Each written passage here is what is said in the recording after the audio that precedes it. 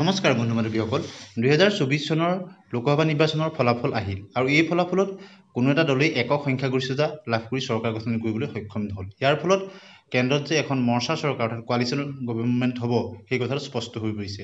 আপোনালোকে নিশ্চয় ফলাফল গম পাইছে যে ইণ্ডিয়া এলায়েন্সেও একক সংখ্যাগৰিষ্ঠতা লাভ নকৰিলে। ইয়াৰ বিপৰীতে ভাৰতীয় জনতা পাৰ্টীৰ নেতৃত্বত NDA যি এলায়েন্স আছে NDA চৰকাৰ গঠনৰ কাৰণে আগবাঢ়িছে। তেওঁলোকে মুঠ 295খন আসন লাভ কৰিছে। অৰ্থাৎ মুখ্য দল হ'ল ভাৰতীয় জনতা পাৰ্টি, তেওঁলোকৰ লগত থাকিব চন্দ্ৰবাবু নাইডুৰ দল TDP আৰু বিহাৰৰ নীতিশ কুমাৰৰ নেতৃত্বত JDU আৰু মুঠ 15টামান দল NDAৰ অধীনত আছে। গতিকে এখন মৰ্চা চৰকাৰ গঠন হ'বলৈ গৈ আছে। এতিয়া আমি আলোচনা কৰিম মৰ্চা চৰকাৰনো কি। যেতিয়া কোনো এটা বিশেষ ৰাজনৈতিক দলে একক সংখ্যাগৰিষ্ঠতা লাভ কৰি চৰকাৰ গঠন কৰিবলৈ অপাৰগ হয় তেতিয়া কেইবাটাও ৰাজনৈতিক দল একগোট হৈ চৰকাৰ গঠন কৰে। এনে চৰকাৰকে মৰ্চা চৰকাৰ বুলি কোৱা হয়। মৰ্চাত যোগ দিয়া দলবিলাকৰ আদৰ্শ ভিন্ন হ'লেও ক্ষমতা দখলৰ স্বাৰ্থত এনে দলবিলাকে নিজা স্বাৰ্থ আৰু আদৰ্শ মোকাবিলা কৰি আৰু উমৈহতীয়া লক্ষ্য বান্ধি চৰকাৰ গঠন কৰিবলৈ জোটবন্ধনত আবদ্ধ হয়। অৰ্থাৎ আগন্তুক যিখন চৰকাৰ হ'ব সেইখন এখন কোৱালিশ্যন গভৰ্ণমেণ্ট বা মৰ্চা চৰকাৰ হ'ব। গতিকে মৰ্চা আৰু সংযুক্ত চৰকাৰৰ ব্যৱস্থাটোৱে বৰ্তমান সময়ত বিশেষ গুৰুত্ব লাভ কৰিছে। কি কাৰণে গুৰুত্ব লাভ কৰিছে? প্ৰথমতে হ'ল ৰাজনৈতিক দলৰ সংখ্যা বৃদ্ধি। আপোনালোকে নিশ্চয় জানে ভাৰতবৰ্ষৰ দৰে এখন বৃহৎ গণতন্ত্ৰৰ দেশত বিভিন্ন ধৰণৰ ৰাজনৈতিক দল আছে, আঞ্চলিক দল আছে আৰু ৰাষ্ট্ৰীয় দল আছে। গতিকে ৰাজনৈতিক দলৰ সংখ্যা বৃদ্ধি। দ্বিতীয়তে একক ৰাজনৈতিক দলৰ প্ৰাধান্য হ্ৰাস। এটা ৰাজনৈতিক দলৰ প্ৰাধান্যটো হ্ৰাস পাবলৈ ধৰিছে। এটা নিৰ্বাচনত কোটি কোটি টকা খৰচ হোৱাৰ পিছত যদি চৰকাৰ গঠনত জটিলতা আহে তেন্তে পুনৰ নিৰ্বাচন পাতি চৰকাৰী ধৰণৰ উপভোগ হ'বলৈ দিয়াৰ পৰিৱৰ্তে মৰ্চা চৰকাৰ গঠন কৰা হয়। এনেধৰণৰ কাৰণতেই মৰ্চা চৰকাৰবিলাক গঠন কৰা হয়। মৰ্চা অথবা সংযুক্ত চৰকাৰৰ ধাৰণাটো আমাৰ দেশত বৰ বেছি পুৰণি নহয়। ভাৰতবৰ্ষই যেতিয়া স্বাধীনতা লাভ কৰিছিলে স্বাধীনতাৰ পিছত ভাৰতীয় জাতীয় কংগ্ৰেছৰ আধিপত্য থকালৈকে মৰ্চা চৰকাৰৰ ধাৰণাটো সৃষ্টি হোৱা নাছিলে।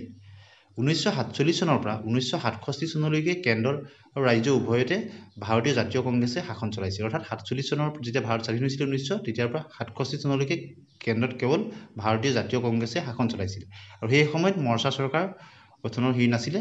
1977 চনত মোৰাৰজী দেশাইৰ নেতৃত্বত প্ৰথমখন মৰ্চা চৰকাৰ গঠন হয়। গতিকে প্ৰথমখন মৰ্চা চৰকাৰ পালে 1977 চনত মোৰাৰজী দেশাইৰ নেতৃত্বত। জনতা দলৰ এই সংযুক্ত চৰকাৰ 1979 চনত পতন হোৱাৰ পিছত 1979 চনত অক্টোবৰ মাহত চৰণ সিঙৰ নেতৃত্বত আন এক মৰ্চা চৰকাৰ গঠন হয়। এই নিশ্চয় তেওঁলোকে গম পালে 1977 প্ৰথম 1979 দ্বিতীয়খন চৰকাৰ হয়। গতিকে কেন্দ্ৰত চৰকাৰ থকা ভালে এইখন ৰাজ্যতো মৰ্চা চৰকাৰে কাৰ্যনিৰ্বাহ কৰি আছে। কেন্দ্ৰত ইতিমধ্যে চৰকাৰ গঠন কৰা মৰ্চাসমূহ হ'ল ইউনাইটেড ফ্ৰণ্ট, সংযুক্ত গণতান্ত্ৰিক মৰ্চা যাক UPA বুলি কোৱা হয় আৰু ৰাষ্ট্ৰীয় গণতান্ত্ৰিক মৰ্চা NDA যিটোৱে এতিয়া আগন্তুক চৰকাৰ গঠন কৰিবলৈ গৈ আছে NDA। মৰ্চা চৰকাৰৰ দুখ হ'ল প্ৰথমটো হ'ল ক্ষণস্থায়ী অথবা অস্থিৰ চৰকাৰ। মৰ্চা চৰকাৰ এখনৰ দুখ কি বা কোৱালিশ্যন গভৰ্ণমেণ্টৰ? মৰ্চা চৰকাৰৰ আটাইতকৈ ডাঙৰ দুখটো হৈছে ইয়াৰ অস্থিৰতা। মৰ্চাত অংশগ্ৰহণ কৰা দলসমূহৰ নিজা নিজা স্বাৰ্থত আঘাত কৰিলে তেনে দলে যিকোনো সময়তে সমৰ্থন উঠাই লোৱাৰ সম্ভাৱনা থাকে। ফলত কাৰ্যকাল সম্পূৰ্ণ হোৱাৰ আগতেই এনে চৰকাৰ পতন ঘটে। আটাইতকৈ ডাঙৰ যিটো দুখ হ'ল যে ক্ষণস্থায়ী চৰকাৰ আগতীয়াকৈ পতন ঘটি যাব পাৰে। যদি তাত সমৰ্থন কৰা দলসমূহৰ স্বাৰ্থত বিঘ্নিত হয় তেওঁলোকে তেওঁলোকৰ সমৰ্থন উঠাই দিয়া মাত্ৰকেই যিহেতু একক সংখ্যাগৰিষ্ঠতা দল এটাও নাথাকে তেতিয়া চৰকাৰখন 5 বছৰ সম্পূৰ্ণ হোৱাৰ আগতেই ভংগ হৈ যোৱাৰ সম্ভাৱনা থাকে। দ্বিতীয়টো দুখ হ'ল দুৰ্বল চৰকাৰ। মৰ্চা চৰকাৰ সাধাৰণতে দুৰ্বল হয়। কি কাৰণে দুৰ্বল হয়? অংশগ্ৰহণকাৰী সকলো দলকে সন্তুষ্ট কৰি ৰাখিবলগীয়া হোৱাৰ বাবে এনে চৰকাৰৰ কোনো বিশেষ দৃঢ়তা নাথাকে। তৃতীয়টো হ'ল দীৰ্ঘম্যাদী আঁচনি গ্ৰহণৰ জটিলতা থাকে। দীৰ্ঘম্যাদী আঁচনি ল'ব নোৱাৰে, সকলোৱে পৰামৰ্শ ল'বলগীয়া হয়। অংশীদাৰী দলৰ আশা আকাংক্ষাবিলাক পূৰণ কৰিবলৈ যাওঁতে যথেষ্ট ধৰণৰ অসুবিধা হয় আৰু জাতীয় স্বাৰ্থ বিঘ্নিত হোৱাৰ আশংকা থাকে আৰু ব্যয়বহুল হয়। প্ৰথম দুৰ্বল হয় কি কাৰণে গম পালে আপোনালোকে যে অংশগ্ৰহণ সকলো দলকে সন্তুষ্ট কৰিবলগীয়া হয়। দীৰ্ঘম্যাদী আঁচনি কিয় ল'ব নোৱাৰে? মৰ্চা চৰকাৰ স্থায়িত্বৰ ক্ষেত্ৰত দুৰ্বল হোৱাৰ বাবে দীৰ্ঘম্যাদী আঁচনি ল'ব নোৱাৰে, মানে দীঘলীয়া আঁচনি ল'ব নোৱাৰে। কেতিয়া ভংগ হয় কোনো হেৰি নাথাকে। আৰু পঞ্চমতে হ'ল জাতীয় স্বাৰ্থ বিঘ্নিত হোৱাৰ আশংকা। মৰ্চা চৰকাৰ গঠনৰ স্বাৰ্থত মৰ্চাই বহু ক্ষেত্ৰত ক্ষুদ্ৰ আঞ্চলিক আৰু সাম্প্ৰদায়িক স্বাৰ্থত অগ্ৰাধিকাৰ দিব লগা হয়। ইয়াৰ ফলত জাতীয় স্বাৰ্থত আঘাত হয়। আৰু 6 নম্বৰতে হ'ল ব্যয়বহুল। এনে চৰকাৰ ব্যয়বহুল হয় বিশেষকৈ সকলো অংশীদাৰ দলক মন্ত্ৰীসভাত স্থান দিয়াৰ স্বাৰ্থত প্ৰয়োজনীয়ভাৱে মন্ত্ৰীসভাৰ কলেবৰ বৃদ্ধি কৰিবলগীয়া হয়। এতিয়া মৰ্চা বা কোৱালিশ্যন গভৰ্ণমেণ্টৰ গুণ কিছুমানো আছে। প্ৰথমটো হ'ল পৰিস্থিতি আৰু সময় সাপেক্ষ। অৰ্থাৎ বৰ্তমান সময়ত পৰিস্থিতি আৰু সময় সাপেক্ষ এখন চৰকাৰ। গতিকে ইয়াৰ এটা গুণ জাতীয় ঐক্য সংহতি ৰক্ষা। মৰ্চা চৰকাৰে বিভিন্ন ৰাজনৈতিক দলৰ হেৰি কৰিব বিচাৰে। আৰু দ্বিতীয়তে হ'ল আঞ্চলিক প্ৰতিনিধি, যেনেকৈ আমাৰ অসমৰ পৰা ধৰি লওক এতিয়া অসম গণ পৰিষদ হৈছে, UPPLৰ এটা ছিট পাইছে, তেওঁলোকে NDAত গৈ অংশীদাৰ হ'বগৈ।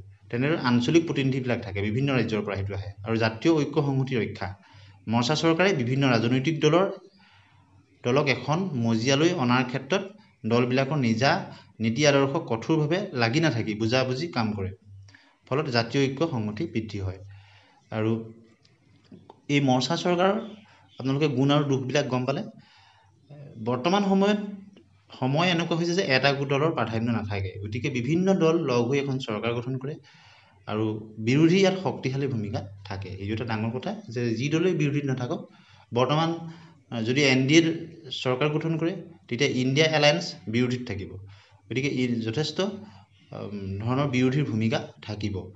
আৰু যিকোনো ধৰণৰ কিন্তু অসুবিধাবিলাক হ'ল দীৰ্ঘম্যাদী আঁচনি ল'ব নোৱাৰে আৰু যথেষ্ট খৰচী হয় আৰু চৰকাৰ ক্ষণস্থায়ী হ'ব পাৰে।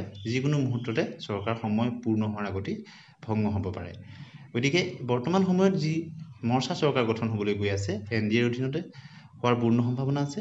গতিকে আপোনালোকে আপোনালোকৰ মন্তব্য কমেণ্ট ছেকশ্যনত জনাব। আজিলৈ আহোঁ, ধন্যবাদ।